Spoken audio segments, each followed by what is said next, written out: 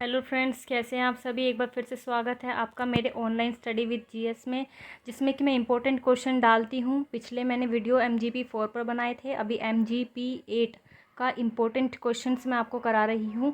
शांति और संघर्ष का गांधीवादी दृष्टिकोण, ये बुक का नाम है, आप अच्छे से देख लेना। इसमें मैं आपको इंपॉर्टेंट क्वेश्चन करा रही हूँ। पिछले साल 2021 में ये क्वेश्चन 3 बार आया है अलग अलग तरीके से। पिछले साल भी आया है, उससे पिछले साल भी आया है। पिछले साल के आप जितने भी देखेंगे उसमें ये क्वेश्चन आया हुआ है, तो इसको मैं सबसे पहले करा देती हूँ। द्वंद्व क्या है, द्वंद्व के किन्हीं 5 स्रोतों की सूची बनाइए और चर्चा करो। ठीक है, तो आइए दोस्तों जान लेते हैं द्वंद्व क्या होता है। द्वंद्व को सरल भाषा में संघर्ष या लड़ाई भी कहा जाता है, कि जिसमें कि दो देशों का आपस में संघर्ष या लड़ाई हो रही हो, तो उसको कहते हैं द्वंद्व। द्वंद्व यानी कि संघर्ष दो या दो से अधिक व्यक्तियों और समूहों के बीच का एक असंगत संबंध है। अनेक लोग संघर्ष के मात्र नकारात्मक अर्थ से परिचित है। यानी कि संघर्ष क्या है, दो या दो से अधिक समूह, व्यक्तिगत समूह हो या कोई दो समुदाय हो, उनके बीच में जो संबंध होता है उसको बोलते हैं द्वंद्व। अनेक लोग जो हैं संघर्ष के केवल नकारात्मक रूप को जानते हैं कि ये नेगेटिविटी है, इसमें सिर्फ लड़ाई ही होते हैं, अलग लोग यही जानते हैं। बट लेकिन हम आज बताते हैं आपको कि द्वंद्व के 2 प्रकार होते हैं, एक सकारात्मक, एक नकारात्मक। अब जानिए सकारात्मक क्या होता है। सकारात्मक संघर्ष का संबंध किसी अन्याय को रोकने, समस्या के समाधान की ओर बढ़ावा देता है। यानी कि सकारात्मक का अर्थ है कि संघर्ष का जो अन्याय रूपी हो रहा है उसको रोकना और समाधान करना उस चीज़ के लिए, कि किस तरीके से संघर्ष को रोका जा सकता है, उसके लिए क्या उपाय किए जा सकते हैं, ये सकारात्मक रूप है। दूसरा है नकारात्मक संघर्ष। उसका अर्थ है विनाशकारी व्यवहार और हिंसा के कारण उत्पन्न समस्या। इसमें होता है कि जिसमें हिंसा का सहारा लिया जाता है, और विनाशकारी रूप होता है जिसमें रक्त रंजित होता है, आपस में लड़ाइयाँ होती हैं, झगड़े होते हैं, काफ़ी चीज़ों का नुकसान होता है, ये नकारात्मक रूप है। आइए जान लेते हैं द्वंद्व के संघर्ष के क्या कारण हैं। कारण क्या क्या है इसके। निकटवर्ती कारण है, निकटवर्ती कारण से हिंसा भड़क सकती है।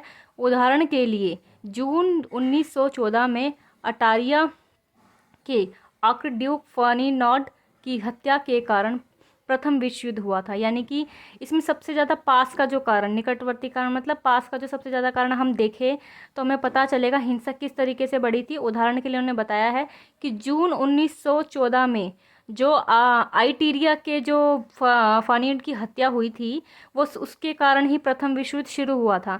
कि एक जड़ कहाँ से शुरू हुई थी, उसकी हत्या हो गई थी, इसलिए युद्ध जो है शुरू हो गया था। तो कोई ना कोई रीज़न चाहिए होता है युद्ध करने के लिए, द्वंद्व करने के लिए, संघर्ष करने के लिए। तो एक कारण क्या था कि जो फर्डिनांड की हत्या हो गई थी, उस कारण से प्रथम विश्व युद्ध शुरू हो गया। सबसे पहला कारण तो यही हो गया है। दूसरा आता है आधिकारिक आधारिक कारण। आधारिक कारण क्या है, दीर्घकालिक यानी लंबे समय तक चलने वाले कारण होते हैं। आधिकारिक का मतलब जो लंबे समय तक चलते रहे, जिनका कोई निचोड़ या निवारण एक बार में नहीं होता है, वो लंबे समय तक चलते रहते हैं, उनको कहते हैं दीर्घकालिक, लंबे समय तक चलने वाले आधिकारिक कारण। परंतु कभी कभी इनसे संघर्ष की तत्कालीन यानी तुरंत चिंगारी भड़क जाती है। यानी कि ऐसा लगता तो है कि ये लंबे समय तक चलेगा, बट कभी कभी ऐसा हो जाता है कि लगता है कि तुरंत ही चिंगारी भड़क गई है और अब संघर्ष होने वाला है। इसी कारण से संघर्ष की व्याख्याओं में प्रत्येक सिद्धांत प्रकृति विवाद का झलक प्रदान करता है। यानी कि इसी तरीके से ये लोग कह रहे हैं कि संघर्ष की जो व्याख्याएं हैं उसमें प्रत्येक सिद्धांत ऐसा लगता है जैसे प्रकृति विवाद की झलक दिखाई देती है, कि अभी विवाद हो जाएगा, अभी संघर्ष हो जाएगा, ऐसी झलक इनको दिखाई देती है। आइए जान लेते हैं थर्ड पॉइंट है मानव प्रकृति और संघर्ष, कि मानव और प्रकृति का संघर्ष किस तरीके से होता है। मानव यानी कि एक सिद्धांत के अनुसार मानव जाति में आक्रामक व्यवहार अंतर्निहित है। यानी कि मानव जाति में आक्रामक व्यवहार यानी कि मानव जो थोड़ा सा है, गुस्सा आ जाता है, जल्दी आक्रामक व्यवहार करने लग जाता है, तो ये मानव के अंदर अंतर्निहित है ये चीज़, कि बचपन से ही पैदाइशी है, मानव का व्यवहार या आचरण ही ऐसा है। थॉमस का कहना है कि मानवता की विशेषता है लापरवाही, सत्ता की प्यास और बेचैनी। थॉमस कहता है कि मानव की जो विशेषता है ना, जो एक क्वालिफिकेशन जो देखी जाए, क्वालिटी क्वालिटी ये है कि लापरवाही, हर चीज़ में थोड़ी लापरवाही बरत लेता है। सत्ता की प्यास यानी पॉलिटिक्स इसके अंदर है, बेचैनी रहती है किसी न किसी चीज़ को प्राप्त करने की। इस संबंध में गांधी जी का मानना है कि व्यक्ति अपनी आत्मा की आवाज़ को सुन सकते हैं तथा स्वार्थपरता और हिंसा को छोड़ सकते हैं। गांधी जी कहते हैं कि अगर इंसान के अंदर सच्ची भावना हो तो वह अपनी आत्मा की आवाज़ सुनकर स्वार्थपरता, यानी कि जो उसके अंदर स्वार्थता आ जाती है कि भाई मेरा पहले होना चाहिए, दूसरे का बाद में होना चाहिए, तो वो स्वार्थपरता और जो हिंसा की भावना आ जाती है उनके अंदर, वो छोड़ सकता है। अगर इंसान खुद से चाहे, मन से चाहे तो छोड़ सकता है। उसमें उसके लिए संघर्ष की आवश्यकता या किसी को समझाने की आवश्यकता नहीं है। इंसान के मन में होगा तो वो सब कुछ कर सकता है। दूसरा पॉइंट है, सामाजिक तौर पर गलत जानकारी तथा अमानवीय व्यवहार हिंसात्मक संघर्ष को जन्म देता है। कि सामाजिक तौर पर अगर किसी को गलत जानकारी दे दी जाए, फॉर एग्जांपल के लिए जैसे मान लो किसी ने किसी समुदाय के खिलाफ गलत जानकारी दे दी कि वो ऐसे कर रहा है, तो गलत जानकारी से क्या होगा, अमानवीय व्यवहार होगा, वो उसके बारे में गलत सोचेगा, गलत बोलेगा, उस तरीके से क्या होगा कि हिंसा का रूप ले लेगा, वो संघर्ष उत्पन्न हो जाएगा। तो वो ये गलत जानकारी जो है वो भी हिंसा का रूप होती है। एक मनोवैज्ञानिक सिद्धांत के अनुसार मानव जाति में अपना तथा पराया का पहले भेद प्रकट करना स्वत शत्रु गहन आवश्यकता को प्रदर्शित करता है। कि अपना पराया देख लेते हैं कि ये मेरा है, ये तुम्हारा है। अपना पराया का जो भेद होता है ना, वही एक शत्रुता का भी जो है निशानी होती है, जो संघर्ष का कारण बनती है। तो आइए अगला पॉइंट है, समाज और संघर्ष। कि समाज और संघर्ष किस तरीके से होता है। समाज सांस्कृतिक सिद्धांत के अनुसार आक्रमण मानव जाति में अंतर्निहित नहीं है। यानी कि समाज में ये कह रहा है कि मानव के अंदर जो है ये हमला करने की प्रवृत्ति नहीं है, अंतर्निहित नहीं है, अपितु बल्कि व्यक्ति जो किस तरीके से आक्रामक होता है कि व्यक्ति के जो बाहरी तथ्य हैं पर आधारित होता है। कि जो बाहर से जो थोड़ा सा मौका मिलता है कि भाई यहाँ पर हमला हो रहा है, तब जो है आक्रमण करता है इंसान। प्रवृत्ति नहीं है उसकी बचपन से कि वो आक्रमणकारी ही है, किंतु कुछ बाहरी परिस्थितियां हो जाती है उत्पन्न, जिसके कारण से मनुष्य जो है आक्रमणकारी बन जाता है। अपितु जो है बाहरी कारण ही होते हैं जो इस पर आधारित होते हैं। संरचनात्मक सिद्धांत का सरोकार समाज की संरचना से है। यह संघर्ष के कारण परिस्थितियां उत्पन्न करती है। यानी कि जो संरचनात्मक सिद्धांत का जो सरोकार है वो समाज की संरचना से है कि किस तरीके से समाज की संरचना तुमने करी है, जिसके कारण से ऐसी परिस्थितियां उत्पन्न हो गई है, जिसके कारण से जो है संघर्ष उत्पन्न हो रहा है। तो समाज की परिस्थितियां भी है कुछ इसके अंदर अनुकूल। आइए जान लेते हैं आगे है। उदाहरण के लिए अन्यायपूर्ण सामाजिक संरचनाएं तथा संस्थाएं सामाजिक संघर्ष के कारण उत्पन्न और उनका पोषण करने में अहम भूमिका निभाती है। यानी कि समाज में कुछ ऐसे समुदाय हैं, कुछ ऐसी संस्थाएं हैं, पॉलिटिक्स हैं, जिनके कारण से है संघर्ष उत्पन्न होता है, क्योंकि वो उसको बढ़ावा दे रहे हैं, पोषण कर रहे हैं, तो अहम भूमिका निभाते हैं इसमें ये भी संस्थाएं भी। मनुष्य उपयुक्त व्यवहार करना जो है अपने समाज से सीखता है। यानी कि मनुष्य जो एक अच्छा व्यवहार करना कहाँ से सीखता है, अपने घर से ही सीखता है, अपने परिवार से ही सीखता है। क्योंकि जिस परिवार में हमेशा संघर्ष होता रहेगा वहाँ के बच्चे भी अक्सर झगड़ालू होते हैं। बचपन में दुर्व्यवहार से ही हिंसात्मक प्रवृत्ति का जन्म हो जाता है। यानी कि अगर घर का परिवार का माहौल अच्छा हो तो बच्चों की प्रवृत्ति अच्छी रहेगी, किंतु अगर बचपन से ही बच्चा देख रहा है कि झगड़े हो रहे हैं, घर में संघर्ष हो रहा है, तो संघर्ष की मनोवृत्ति उसकी उत्पन्न होने लग जाती है धीरे धीरे। फिर वो किसी के बारे में इतना सोचता नहीं है। तो हम घर से ही सब चीज़ें सीखते हैं। टेलीविज़न के रूप में भी जो काफ़ी चीज़ें सीखते हैं। टेलीविज़न के रूप में सामाजिक शिक्षा का एक बड़ा साधन है कि इससे समाज की शिक्षा बहुत मिलती है टेलीविज़न से, न्यूज़ चैनल के ज़रिए।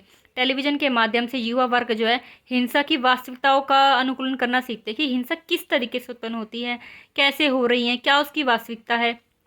टेलीविज़न के जरिए ही सीखते हैं, जिसका उनके जीवन पर व्यापक प्रभाव पड़ता है। आइए वर्ग संघर्ष। दूसरा है वर्ग संघर्ष। क्या होता है, वर्तमान में मजदूरों व मिल मालिकों का संघर्ष देखने को मिलता है। कि मजदूर वर्ग होते हैं उनका संघर्ष होता है। क्या संघर्ष होता है कि मजदूर अधिक से अधिक वेतन व सुविधाएं लेना चाहते हैं। मजदूर चाहते हैं कि हमें जो है हमें सैलरी अच्छी मिल जाए और जो अधिक से अधिक हमें जो सुविधाएं भी मिल जाएं। जबकि पूंजीपति क्या चाह रहे हैं, वो चाह रहे हैं कि अधिक से अधिक इनका हम शोषण कर लें और जिसके कारण हमें कम वेतन पर अच्छे मजदूर मिल जाएं और हमारा काम भी बन जाए। पूंजीपति अपना फायदा देख रहे हैं, मजदूर चाहते हैं कि उन्हें अच्छा वेतन मिल जाए। तो इस संघर्ष उत्पन्न होता है। इसी संघर्ष में मजदूर जो है नारेबाजी लगाते हैं, हड़ताल करते हैं ताकि उनकी मांगों को पूरा किया जा सके। और जब मांगें पूरी नहीं होती हैं उनकी तो फिर वो जो है धमकी देने लग जाते हैं मिल मालिकों को कि हम तुम्हें मार डालेंगे या तुम्हारे इसका नुकसान कर देंगे। तो वो नुकसान इसीलिए करते हैं क्योंकि वो अपनी जो सुविधाएं हैं पाना चाहते हैं, अपनी बातों को मनवाना चाहते हैं, किंतु जो मिल मालिक होते हैं वो मानते नहीं है बातों को। तो इस तरीके से संघर्ष उत्पन्न होता है। इसी तरह समाज में सदैव जो है दो आर्थिक वर्गों में बटा हुआ है समाज। एक तो शोषक वर्ग में, एक शोषित में। कि एक शोषण करने वाला होता है, एक शोषित होने वाला होता है। ये सदैव एक दूसरे से संघर्ष करते ही रहते हैं।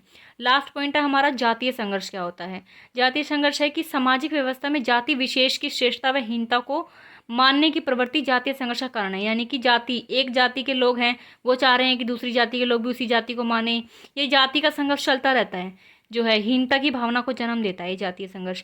आजकल कट्टरपंथी व उदारवादी के लोगों के बीच जो संघर्ष होता है वह जातीय संघर्ष है, कि कट्टरपंथी जो है वो अपनी भाषा या अपनी जाति को मानते हैं, उदारवादी लोगों की अलग विचारधारा है। इन दोनों के बीच में इसी बात को लेकर के संघर्ष होता है, जिसमें कि जातिवाद संघर्ष का जो एक यही भाग है।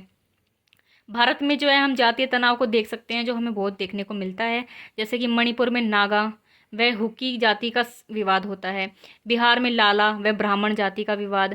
तो यानी कि भारत देश में भी काफ़ी जातिवादी संघर्ष चलता रहता है एक जाति को लेकर के, या फिर सरकार ने सुविधाएं भी उत्पन्न करी हुई है, आरक्षण दिया हुआ है SC OBC और जनरल के लिए। जो ये दिए हुए हैं ये आरक्षण ही दिए हुए हैं कि जातीय संघर्ष ना हो, किंतु इसके चलते भी फिर भी काफ़ी जातीय संघर्ष हमें देखने को मिल जाता है।